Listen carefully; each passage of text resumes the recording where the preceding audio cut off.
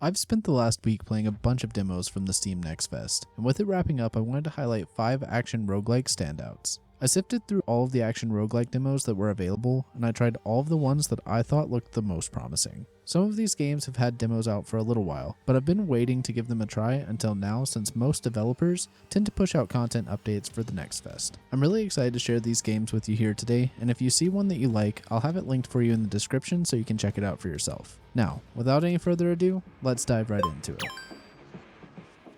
First on our list is Cryptical Path, which is doing some very interesting and innovative things in the roguelike genre. This 2.5D side-scrolling platformer utilizes a mechanic that I've personally never seen before, and that's being able to construct your own path through the dungeon using a currency called Control. To make things even more interesting, this currency can be spent even when you don't have any, resulting in a negative balance that will give you a curse that has a run-wide impact. Personally, I think this game is attempting to push the boundaries of what a roguelike can be, and it's doing it well. There's still that element of randomness that the genre is known for, but it puts the power into the player's hands and allows them to decide how they'd like to progress through each level. The demo did have a fairly limited number of tiles for this system, but it's something that they can definitely expand upon and make even more engaging. On top of that, the fundamental gameplay of a side-scrolling platformer was really solid as well. The combat felt fluid and snappy, and the platforming mechanics were decent. This game really surprised me with its ability to not only try something risky and new, but really nail the core mechanics of what it is trying to accomplish. The character and enemy design has a storybook vibe, with the different enemies being furniture that are transmogrified prisoners, sort of like Beauty and the Beast. There were upgrades available as you would expect in a roguelike that had various effects with the ability for you to purchase more in the hub world. There was also an area for a different game mode that unfortunately wasn't available at this time, but I'm excited to see what they plan to do with it. This was definitely a very pleasant surprise and will be a game that I continue to keep a close eye on as development continues. And I'll be excited to dive into it some more when the game releases, and you will very likely see more of it here on the channel. Alright, next up is Gatekeeper. This isometric roguelike puts you in the shoes of a guardian that is tasked with retrieving the heart of the universe. This game was a blast to play. It has a fantastic foundation that the developers can easily expand with new characters, maps, and events. The core gameplay loop of complete the objective and teleport to the next stage, after 5 stages defeat the boss, and will send you to a new zone is fairly well done. However, as it stands, there are only 2 zones available, which obviously isn't very much. This will undoubtedly be expanded upon by the time of early access. There has been talk of an arena mode as well, which will offer a fresh new way to play the game for those that just want to battle it out with waves of enemies. There are currently 4 characters available. I unlocked 3 of the 4 and they had fairly distinct playstyles and were satisfying to play. The upgrade paths were relatively straightforward, the combat was intuitive and easy to pick up, and all of the abilities felt impactful and fun.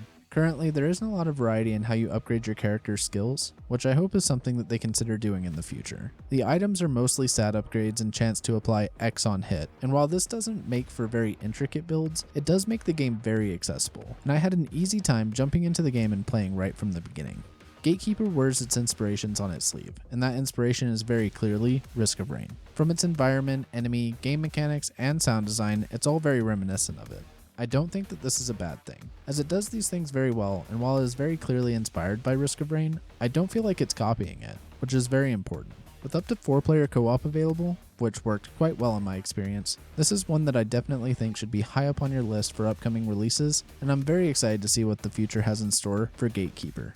Next up we have Rotwood, a 2D beat-em-up style roguelike where you have crash-landed in a forest and are on a quest to find your friends and clear the forest of the cute but deadly enemies. I was able to explore most of what the demo had to offer, and I'll be honest, it was pretty awesome. I was pleasantly surprised to find out that there is a limited, albeit interesting character creation process when you initially launch the game, and I hope they expand on it in the future. There is a hub world where you'll be able to upgrade and customize your character. I was able to find the armorer, which allowed my partner and I to upgrade the gear that we had purchased during our runs. I really like that there are persistent upgrades available, but they aren't presented to you in the same way that most games in the genre do, with your armor being kept between each run.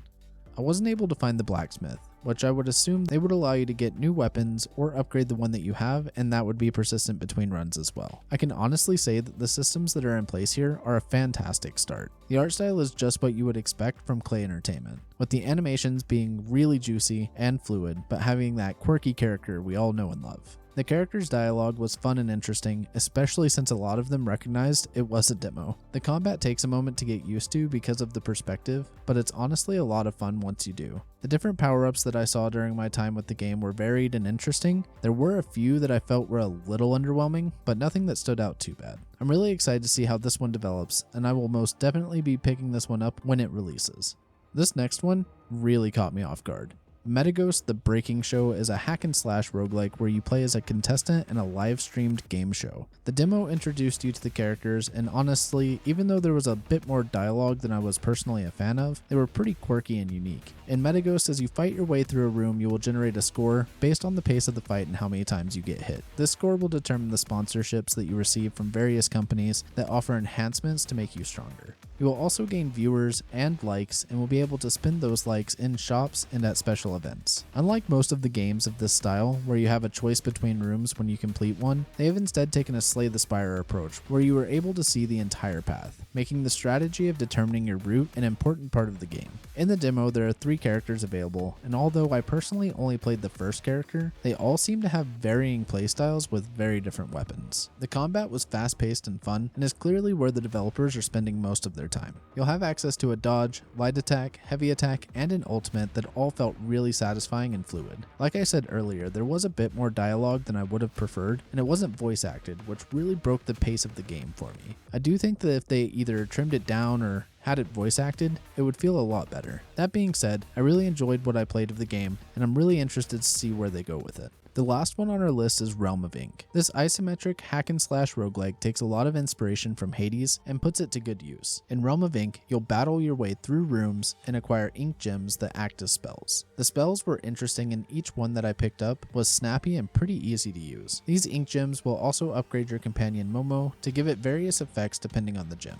You'll also find perks that will enhance your character by adding additional effects, such as the Fury Fan, which increases critical hit chance and casts a slash attack every 5 seconds that increases the critical damage that enemies take. You'll find elixirs, which will give you stat buffs as well. One thing that Realm of Ink really nails is the pace and feel of the combat. If you've ever played Hades, you will feel right at home here. The animations aren't quite up to the Supergiant standards, but with some love and care, I'm sure they could get there as they're already off to a fantastic start. The game currently features 3 different weapons, a sword, double daggers, and a ranged weapon. Each one feels unique and satisfying in their own way. I personally found the double daggers to be the most fun due to the high attack speed and the sort of mini game that's built into picking up your heavy attack after you throw it out to enhance your next 3 light attacks. The overall design of the game has an absolute ton of character. I love the theme as well as the art direction, and I can't wait to see more of what this team has to offer. I definitely think that this game is a huge contender in the space, and while it does draw a lot of inspiration from Hades, it's definitely trying to be its own thing.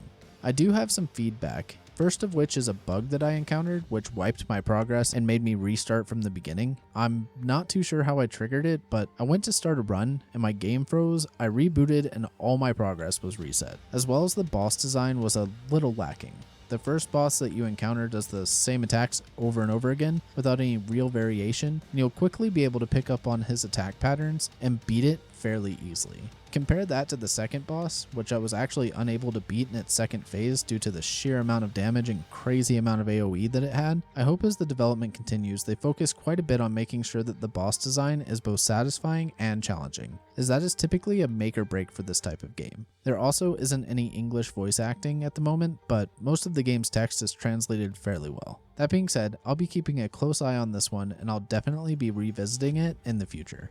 Thank you so much for joining me today, and hopefully you found some games to add to your wish list. If you found the video useful or entertaining, I'd be humbled if you'd leave a like and consider subscribing.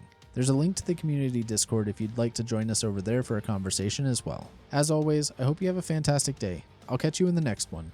Peace.